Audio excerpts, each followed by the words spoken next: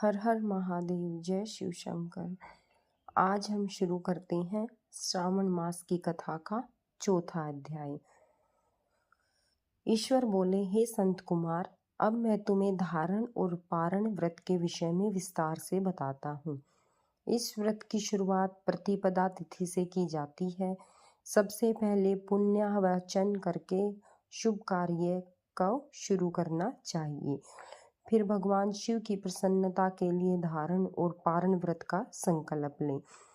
इसमें एक दिन उपवास यानी धारण किया जाता है और अगले दिन पारण करके भोजन किया जाता है। जब श्रावण मास का अंत होता है तो सबसे पहले पुण्य हवाचन किया जाता है। इसके बाद योग्य आचार्य और ब्राह्मणों का विधि पूर्वक सम्मान और आमंत्रण करना चाहिए। फिर पार्वती माता और शिवजी की सोने की मूर्ति को जल से भरे हुए कलश पर स्थापित करें और रात भर भक्ति भाव से पूजन करें। इस रात्रि में पुराणों की कथा, भजन कीर्तन और जागरण का आयोजन करना चाहिए। सुबह स्नान करके अग्नि स्थापना करें और विधि पूर्वक हवन करें। महामृत्युंजय मंत्र त्र्यंबकम यजामहे, इस मंत्र से तिल मिले हुए चावल की आहुति दे। फिर शिव गायत्री मंत्र से घी मिश्रित भात की आहुति और बाद में ओम नमः शिवाय मंत्र से खीर की आहुति करें। इसके बाद पूर्णाहुति देकर हवन को समाप्त करें। फिर ब्राह्मणों को भोजन कराएं और आचार्य का पूजन करें। इस प्रकार विधि पूर्वक उद्यापन करने से मनुष्य ब्रह्म हत्या जैसे पापों से भी मुक्त हो जाता है। इसलिए इस महान व्रत को अवश्य करना चाहिए। यह भी पढ़िए कि श्रावण में ब्रह्मचर्य पालन के फायदे क्या रहते हैं। अब हे मुने, मैं तुम्हें सावन मास में किए जाने वाले मासोपवास व्रत की विधि बताता हूँ। प्रतिपदा को सुबह स्नान करके संकल्प ले। स्त्री हो या पुरुष, मन और वाणी और इंद्रियों पर संयम रखकर इस व्रत को करे। अमावस्या को भगवान शिव की षोडशोपचार विधि से पूजा करनी चाहिए। इसके बाद अपनी सामर्थ्य अनुसार वस्त्र, आभूषण आदि से ब्राह्मणों का पूजन करें, उन्हें भोजन कराएं और सम्मान सहित विदा करें। इस प्रकार किया गया मासो उपवास व्रत भगवान शिव को अत्यंत प्रिय होता है। हे संत कुमार, अब मैं रुद्रवर्ती व्रत की विधि बताता हूँ, जो सब प्रकार की सिद्धियां देने वाला है। इस व्रत में कपास की 11 बत्तियां बनानी चाहिए। इन्हें रुद्रवर्ती कहती हैं और ये बत्तियां भगवान शिव को प्रसन्न करने वाली होती हैं। संकल्प करें, मैं श्रावण मास में 1,00,000 बत्तियों से महादेव का निराजन करूंगा। फिर प्रतिदिन 1000 बत्तियों से दीपक जलाकर आरती करें और अंतिम दिन 71,000 बत्तियां समर्पित कर दें, या प्रतिदिन 3000 बत्तियां चढ़ाएं और अंतिम दिन 13,000 बत्तियां अर्पित करें, या फिर एक ही दिन में पूरी 1,00,000 बत्तियां जलाकर आरती करें। शुद्ध और घी में डूबी हुई कोमल बत्तियां भगवान को बहुत ही प्रिय होती हैं। इसके बाद पूजन करें और शिव कथा का श्रवण करें। संत कुमार बोले, हे देवों के देव, कृपया बताइए कि इस व्रत को सबसे पहले किसने किया और इस व्रत के उद्यापन की विधि क्या होती है।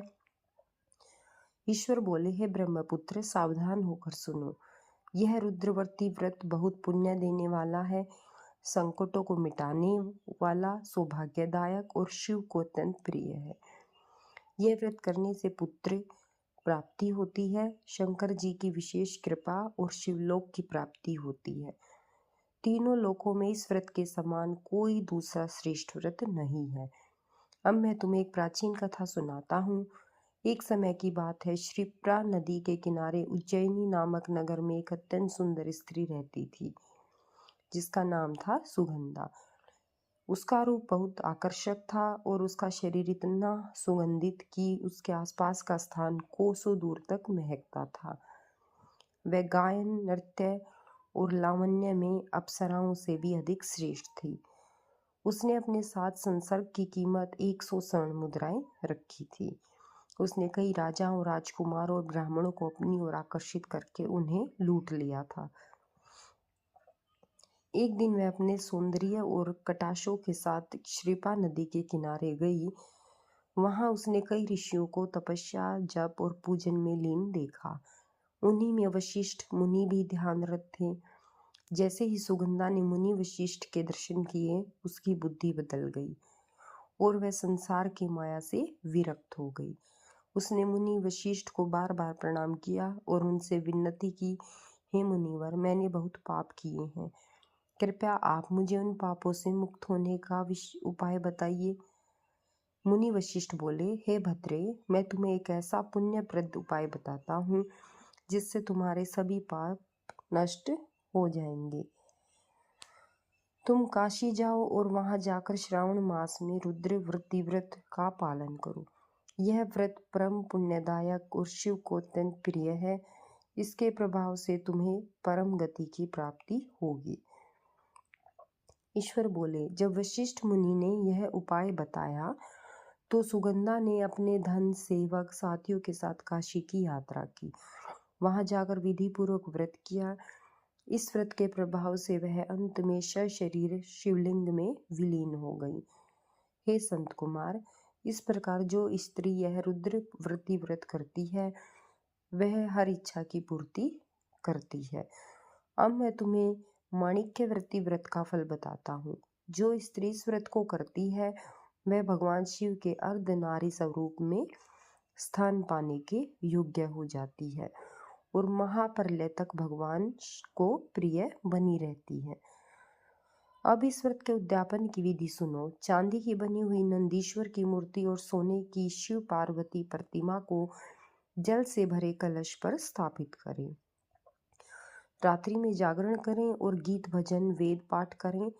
अगले दिन सुबह पवित्र स्नान करके 11 ब्राह्मणों सहित आचार्य को आमंत्रित करें। फिर रुद्र सूक्त, गायत्री मंत्र, मूल मंत्र से घृत, खीर और बिल्व पत्रों से हवन करें। पूर्णाहुति के बाद आचार्य का पूजन करें और 11 ब्राह्मणों को भोजन कराएं।